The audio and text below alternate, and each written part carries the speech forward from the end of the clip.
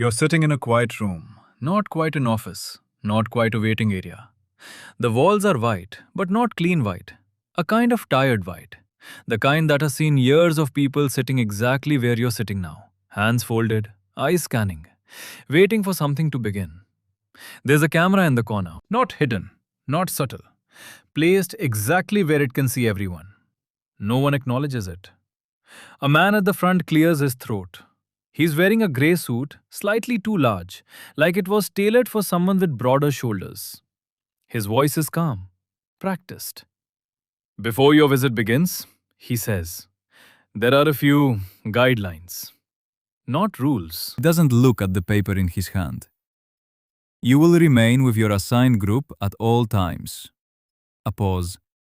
You will not approach locals unless permitted. Another pause. You will not photograph military personnel, construction sites, or anything that appears incomplete. The word incomplete lingers. You will not ask political questions. A longer pause this time. And you will not attempt to access restricted communication networks. Someone in the back shifts in their seat. You raise your hand. What happens if we do? It's not confrontational, just curious. The man looks at you. Not annoyed, not surprised, just steady. You will be escorted out of the country. He says it like he's telling you the weather. Immediately. Silence fills the room. You nod. You don't ask anything else. Because something about the way he said it makes it clear. There's nothing else to ask. That night, you pack. Not like you're going on vacation, more like you're preparing for something controlled. You hesitate over small things.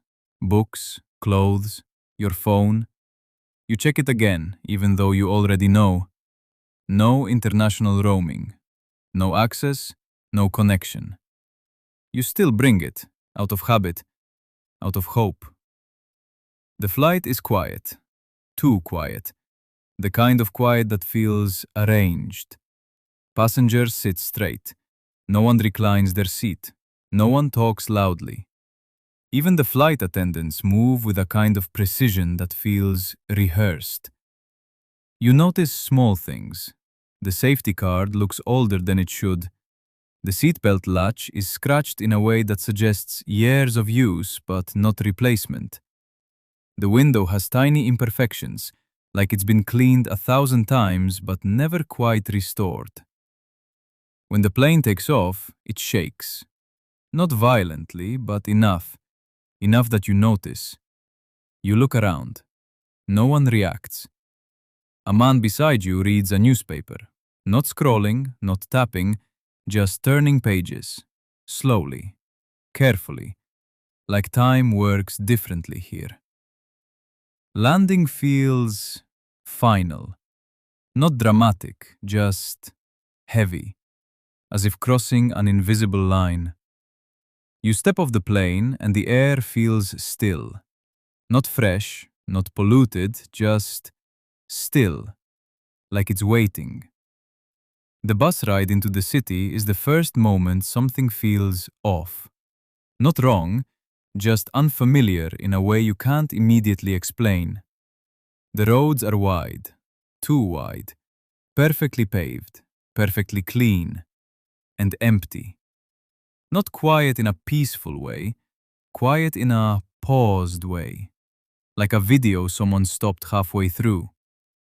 You press your face slightly closer to the window, looking for movement, any movement.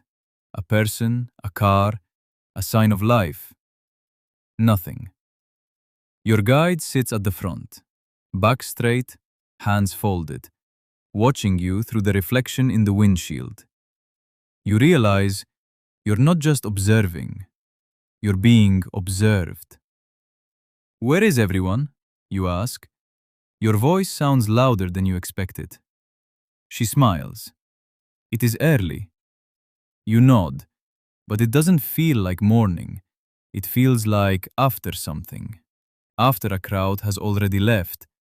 After an event has already ended. after life has already happened. The hotel is large, impressive even, but something about it feels staged, like a showroom. The lobby is spotless, the floors shine, the staff stand in positions that feel intentional. You check in, your passport is taken. Temporary, they say. You don't question it, but you feel it. That small shift from visitor to participant. Your room is on a high floor. The view stretches across the city. You stand at the window. Still no people. You wonder, not for the last time, if this place is real or if it's something designed to look real. Day one begins with monuments. Large, imposing, perfectly maintained. Your guide explains everything. Names, dates, achievements. Every sentence feels complete. No gaps, no hesitation, no uncertainty. You try to ask a follow-up question. She answers before you finish, as if she already knows what you're going to ask. A follow-up question. She answers before you finish, as if she already knows what you're going to ask. As if she's heard it before. As if every question has already been accounted for. You raise your camera. Click. Your guide steps closer. Not that angle. You lower it. Try again. Not that building. You pause. Why? She tilts her head slightly. Because it is not complete. You look, and for the first time, you notice it. A building in the background, half finished, concrete exposed, windows missing. You hadn't seen it before. Now you can't unsee it. You lower your camera again, and something clicks in your mind. Not just what you're allowed to see, but what you're allowed to remember. Lunch is quiet, structured. Food arrives without being ordered. You eat, because it's there, because it's expected, because there's nothing else to do. No menu browsing, no conversation drifting, no lingering. When you're done, you leave. Not because you want to, because it's time. You reach for your phone. Instinct, automatic. You unlock it. No signal. You knew this, but knowing and feeling are different. You try again. Nothing. You open an app. It doesn't load. You check your messages. Empty. Frozen in time. You put the phone down, and for the first time, you feel alone in a way that isn't physical. A quiet kind of isolation. The kind that comes from not being able to reach anyone. Not because you don't want to, because you can't. Then you realize something else. The people here have never reached. Not once. The school visit is unexpected. Children line the stage, perfectly arranged, perfectly synchronized. The performance begins, and it's flawless. Too flawless. Movements precise, smiles identical. Every gesture timed, every expression controlled. You clap, because everyone claps. But something feels heavy. These aren't just children performing. These are children performing perfectly. And perfection, you realize, has a cost. The museum is quiet, echoing. History unfolds in front of you. Clear, certain, complete. No contradictions, no alternate perspectives, no doubt. Everything leads to the same conclusion, over and over. You walk through it, and you start to understand. This isn't just information. It's structure, a system, one that doesn't allow questions, because it doesn't leave space for them. The metro is beautiful, unexpectedly so. Chandeliers hang from the ceiling, mosaics stretch across the walls, art that feels genuine. You almost forget where you are. Almost. An elderly man stands near you. He looks at you, not suspicious, not afraid, just curious. You glance back. For a moment, nothing happens. Then, a small nod. So small, no one else would notice. You nod back. And in that moment, something breaks through.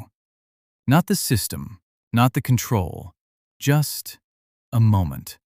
Human, unscripted, real. The marathon changes everything. For 1 hour, the structure loosens, the rules blur. You run, and people cheer. Not in formation, not in unison, just naturally. A woman claps, a child laughs, someone hands you water. Their smile isn't practiced, it's spontaneous, and you feel it instantly. The difference between performed joy and real joy.